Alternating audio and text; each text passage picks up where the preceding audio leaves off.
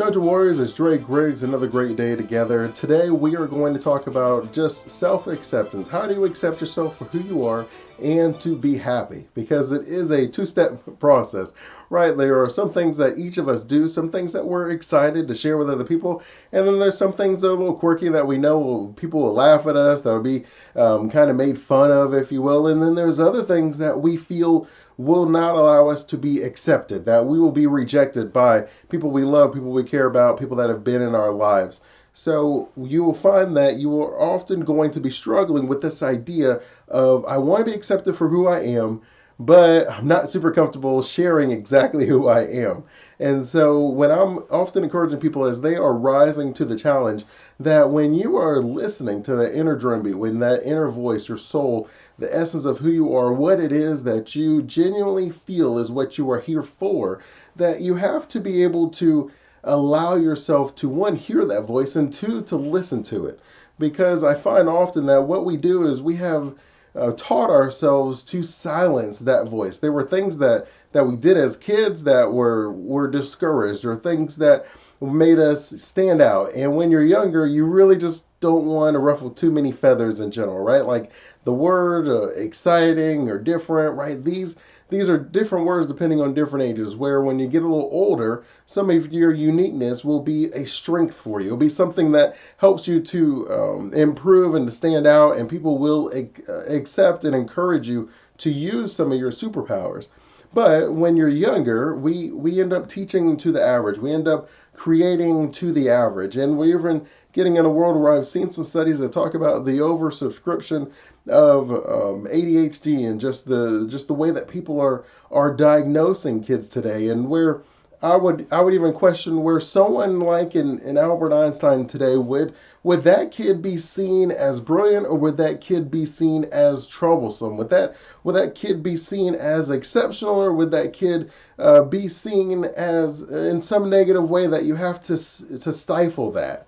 And when you look at some of the things that we're doing in a culture, I believe that we're killing the exceptional edges of our society, and we are creating this hodgepodge of some utopia that doesn't really exist.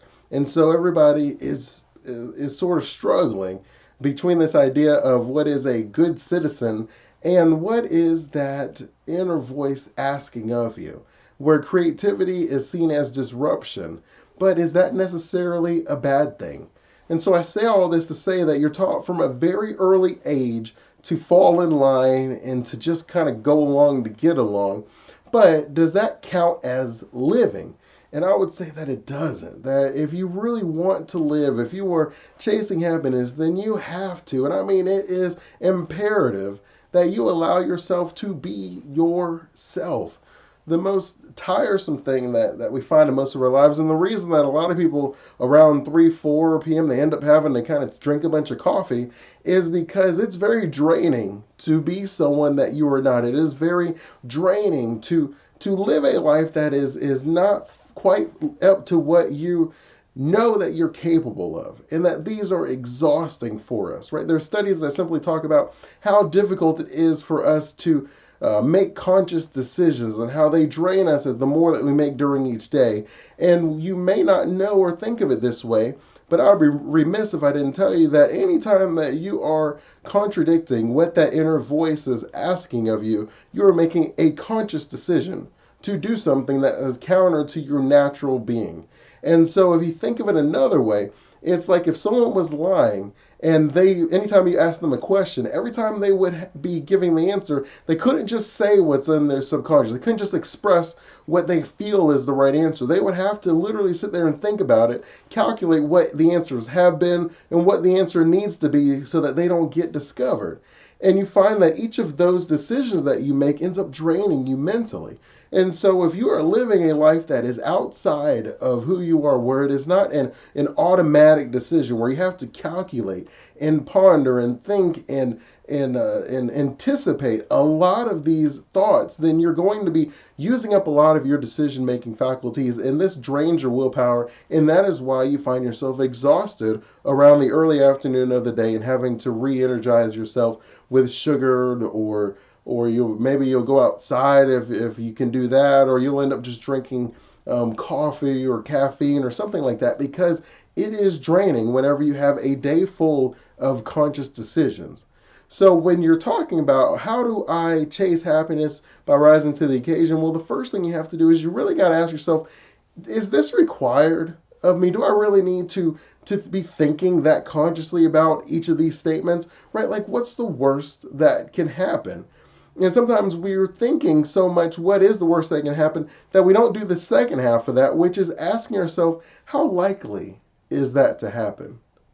Because you may find that you are preparing for this Armageddon and it's just not very likely, right? Like, I live in Florida, so we've learned that when you're dealing with hurricanes, that there is the map and it projects and it gives you the area that is most likely to get hit, and then it kind of spreads out, and the further the hurricane is from you, the more the map it shows, right? Like, if they're forecasting a hurricane about a week ahead, then the scope would have the whole state of Florida getting hit.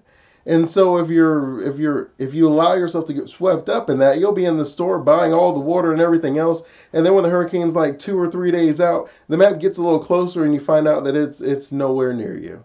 That oftentimes it's going to either completely turn around or it's going to keep curving north and hit another part of the states, but it is not going to hit you anymore.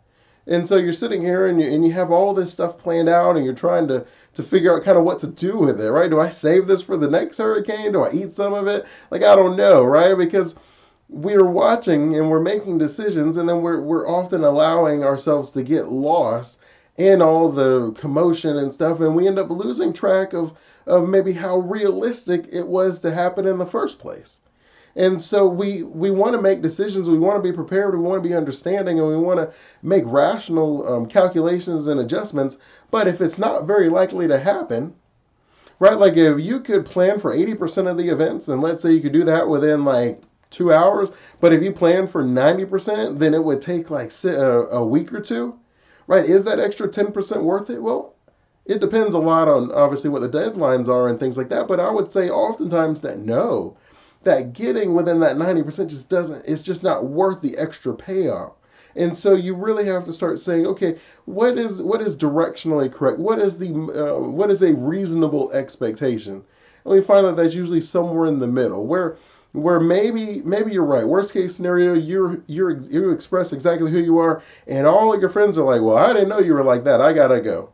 And then you find yourself with no friends, right? We'll say that's worst case scenario. It'd be more likely that some of your friends are going to be like, I didn't know that about you, but okay, not a big deal. I have weird things about me, right? That's more likely what's going to happen. You're going to have some people that are going to say, I love that about you. That's amazing. That's so great. Well, that's probably going to be, a fewer number of them. And then you have some that are going to be like, oh, I love that about you. I can't stand you. I never want to see you again. Again, that's going to be on the lower end, right? So you have the choice of understanding that the majority of people are just really interested in how the world interacts and affects them, right? So how does this event impact my life?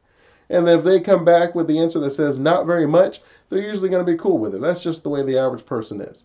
Now, there are some people that have very strong convictions based on experience, environment, or beliefs that may create a strong positive or a strong negative reaction.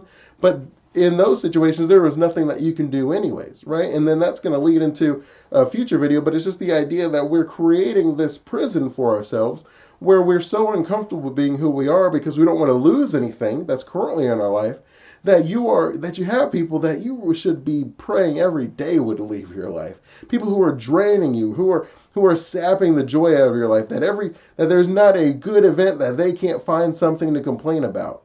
But you have to be able to say that in some of these relationships, and some of these situations, and some of these jobs and cultures, that me not being here may not be the worst thing that can happen.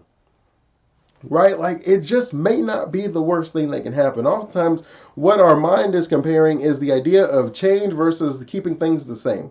And change has a heavy fear factor and a lot of uncertainty, a lot of self-doubt. And then remaining the same has a lot of bonus points with stability and comfort and our comfort zone in general. And you find that even though some things in your life are not that exciting, like they don't bring much joy to you, but because you're comfortable, they have that extra bonus. And so it takes a little bit more work for you to be able to convince yourself that this life is just not that exciting for me, right? It's why those game shows are so interesting, because you're looking and you're like, oh, you have the option for $50,000, or you can choose this door number 3, and you may have a million, but you may have zero. And we watch the struggle with that, because there's a decent number of people that would just say, I think I'm more comfortable with the 50. Like, the idea of me having zero or a million, like, yeah, I'm going to have a huge increase, exponential increase, versus the amount that I'm risking and that I may lose is much, much, much smaller. But you find that a lot of people still will end up choosing the 50. They just like certainty. It's not a bad thing, it's just a human thing. And so when you are trying to figure out, okay, what do I need to do in my life for me to be able to be comfortable with myself, expressing myself, and how can I allow that to make me happy? You got to understand and accept and expect that people are going to be coming and going in your life anyways.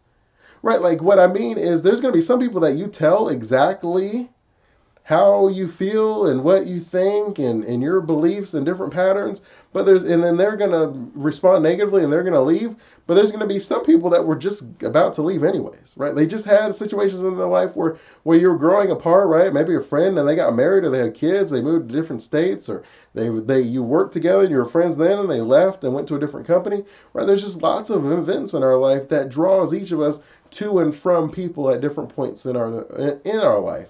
So you don't want to just say, well, my goal is to keep everything the exact same, because if that's your goal, then it's going to be a boring ride. And you find that as you grow, that you change. It's just a reasonable expectation that as you gather more information, you make certain assessments and you decide, this doesn't benefit me anymore. This is something that I can do, right? It's like changing a major in school or changing your career path, right? These things are going to cause drifts in some of our relationships. But you have to be able to understand that keeping things the same isn't our focus.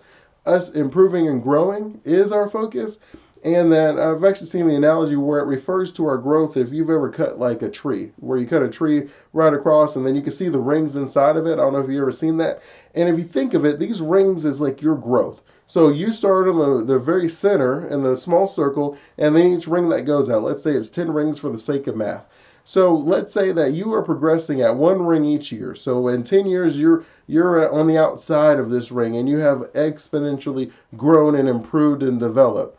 But then your best friend, who also started in the middle of that circle inside of that tree, was in the same spot as you, but now they're only on the 4th ring. So now they're on ring 4 and you're on ring 10. You have a choice to make. You either keep going, or you go backwards because you're worried about leaving them. And a lot of the times you'll find that there are people who are excited for us, that are cheering for us, and things are going great. But then there are people who resent and feel that we think too highly of ourselves. Like, why are you doing that? And why can't you just hang out with me? And we have such history together, and we've done all of this, and you got these new people outside on the 10th ring with you, and you don't care about me on this 4th ring, but I knew you before when, and all this other stuff. And it's never even about that. And if you find someone who expresses their true self, I encourage you to believe them for who they are, and then to keep it moving. Because the idea of you going back to the 4th ring, if they cared about you, they would never ask that of you. Anyone who cares about you would not be so selfish to encourage you to walk back the 6 steps, just so that you could be next to them as they progress. Because believe me when I tell you, if you were stuck on the 4th ring, someone like that is not going to come backwards if they were on the 10th ring. They just don't work that way, right? There are the people who are selfish enough to want you to slow and hinder your growth and success. They're also selfish enough to explain why they must keep going if they are somehow ahead of you. So you have to understand that when people are making these decisions, that these are signs that you need to understand. And I'm not telling you to be selfish, but I am saying that you should not hold yourself back, that there is no reason for you to slow down. Now, you can mentor them, you can help them, where you are using some of the experiences outside on that 10th ring to say, hey, this is what I did when I went from 4 to 5, and this is what I learned, and this is what you can do to help you advance quicker. Right, that's a good thing, and that's how the relationship should be, right? We started off together, and then as I progress further, now I mentor you to help you progress, and maybe you speed up. And then we're back where we're at together, and then along the way, maybe that person learns some stuff and they share some of that stuff back with you. Right, the ring has little influence on whether we have the ability to give or receive information. It just simply means that there are some things that we do better, and there may be some things that they can learn from us. But then the opposite is also true. You simply being ahead of someone doesn't mean there's nothing that you can learn from someone else.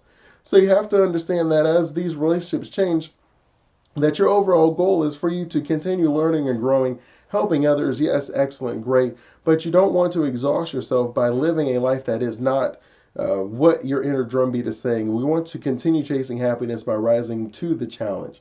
And if you want to be able to accept yourself to the point that you can express yourself, then you must also be, I would say, aware. Right, aware is a good word. Where you want to have this general understanding of what is some of the other beliefs that are around me and how my beliefs may impact theirs. Right, we're not just simply going out there to say, you know what, this is me, I'm loud and proud, and screw anyone who feels otherwise. Right, we are simply saying these are my beliefs and these are the actions I'm going to take based on my beliefs. And I understand that everyone may not agree with them. But I accept you and your differences, you accept me and my differences. If for some reason these are deal breakers, then let's cut ties before things get ugly. Because that's ultimately what happens, right? Like we find often that when we have seasons in our life, that some people are there for longer seasons and some people are there for shorter seasons, but sometimes we miss the season.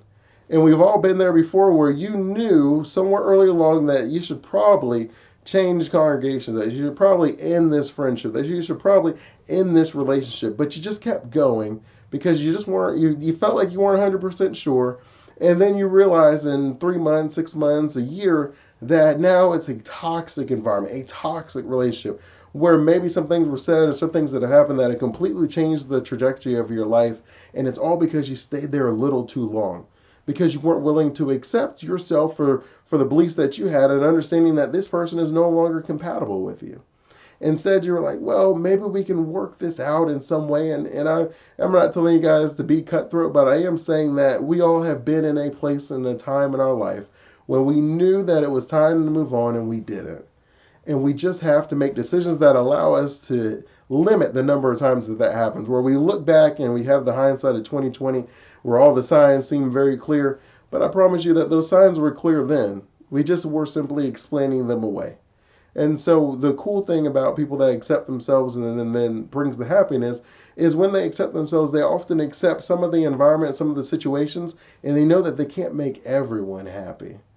And that's a great thing to understand, right? That there's going to be people in your life that everything you say is going to be well received and they're going to understand you and it's going to work very well. And then there's going to be other people who everything you say, they believe that you're lying or trying to charm them out of something. You spend a lot of time trying to put out the fires. I'm telling you, don't waste a lot of time trying to put out fires. That is a belief that person has inside of them that they are projecting on you.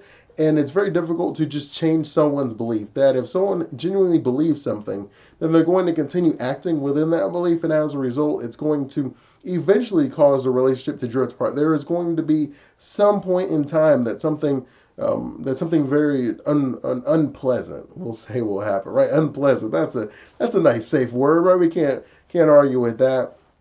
So when we're bringing this to a close, it's just very important that you guys understand that for you to accept yourself and to be happy, that you have to accept yourself and express that person. And understand that that's going to bring some people in your life, that's going to push other people out of your life. That's going to create certain opportunities, that's going to close other opportunities. But you will find that you'll end up creating a much happier place in your life because you'll be surrounded by like-minded people. There will be people who will say, I agree with that statement, I resonate with that statement, and I accept and encourage that statement. And those people are going to be drawn towards you. When you are not accepting of yourself and expressing of yourself, the opposite is true, where there's people that are in your life that would have left if you told them exactly what you thought, but they're in your life because you're pretending that you agree with them, which is a very exhausting and miserable place to be in. And so you don't want to create this prison for yourself because you don't want to lose anybody, when there's some people that you should thank God that you have the opportunity to just be honest with them and then they will leave on their own. Like that's a really good situation, and you have to see it that way. You have to change your perception and perspective on things. That something changing in your life doesn't mean you lost something. The question you need to ask yourself is, what did I gain by that person leaving? What did I gain by expressing the truth of myself? What did I gain by the changes that have just happened in my life? And when you ask yourself those questions, you will get an answer. Isn't that an amazing thing? Ask and you will always have an answer given to you. It's just a powerful promise, and I've found it to always be true. So that will be our mindset moment. Always thankful for our time together. Continue blessings, and I look forward to us continuing the Achoja journey as we rise to the challenge chasing happiness.